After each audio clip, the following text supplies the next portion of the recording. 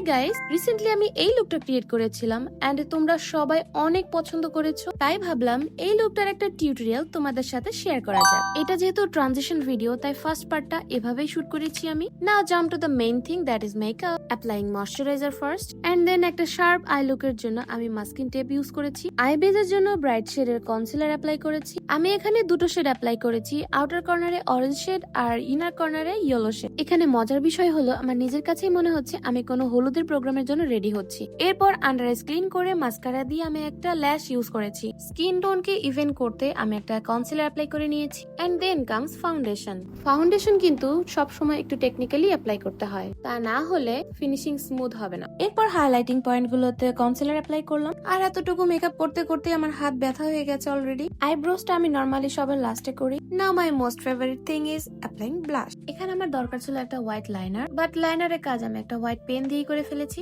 I লুকের opposite কন্ট্রাস্টে আমি এই লিপ শেডটা অ্যাপ্লাই করেছি। এতটুকু মেকআপ নিয়ে এখন আমি যে কোনো গায়ে হলুদের প্রোগ্রামে চলে যেতে পারবো। Now come to the real show. এখানে আমি একটা অরেঞ্জের স্লাইস ড্র করার চেষ্টা করছিলাম, সেটা আমি ফাউন্ডেশন আর আই শ্যাডো দিয়েই করেছি। আমার এই অরেঞ্জ মেকআপটাকে আরো বেশি প্রমিনেন্ট করতে আরো ছোট ছোট ডিটেলস অ্যাড করেছিলাম এন্ড পুরো লুকটাকে আরো বেশি হাইলাইট করতে আমি মাঝখানে পিঙ্ক কালারের এই আই শ্যাডো অ্যাপ্লাই করেছি আর কিছু স্টোন লাগিয়েছি। পুরো লুকটাকে একটু জুসি ফিল দিতে আমি লিপ গ্লস অ্যাপ্লাই করেছি এন্ড মেকআপের সাথে কম্বাইন করে এই আউটফিটটা আমি সিলেক্ট করেছি।